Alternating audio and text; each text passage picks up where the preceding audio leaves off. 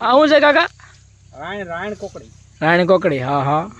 ખાવામાં બહુ મસ્ત આવે. ખાવામાં બહુ મસ્ત આવે. હા હા. નાની મસ્ત. અને આ બાજરો શું છે? બાજરો આપણે બાજરો છે, હવે પાક ઉપર આવી ગયો છે. હા હા. બાજરો છે આ બધો. પાકમાંથી આવી ગયો છે. કેટલા વીઘાનો છે આ બાજરો? આપણે 6 વીઘાનો બાજરો છે. 6 વીઘાનો. આમાં તો જ્યાં હોય નકરો બાજરો બાજરો દેખાય. હવે બસ પાકી ગયો હવે. આમાં જો તો જ્યાં જો હોય નકરો બાજરો બાજરો.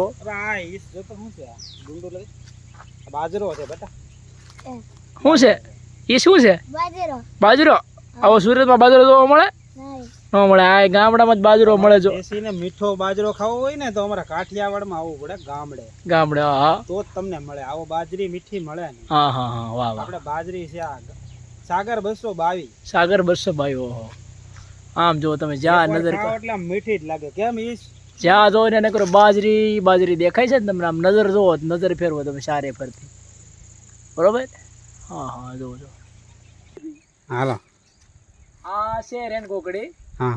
આ રેન કોકડી જયારે અમે નાના ઈસ જેવડા હતા ને ત્યારે અમે કાકા તમને તો ખ્યાલ જ છે રેન કોકડી. હા ખ્યાલ જ ભાઈ. તમને બહુ માંડ ઉતારતા આવે, સડી જાય ખબર વગર ના.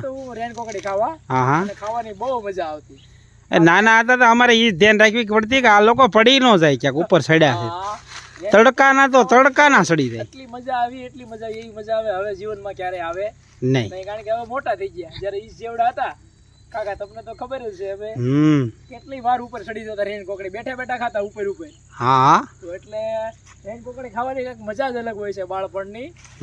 હવે એવી મજા આવે નહીં. અને બાજરો કાકા તમે સારો આવ્યો છે. હવે બાજરો બતાવો આપણા બધાને, એટલે જોશે બધા બાજરો.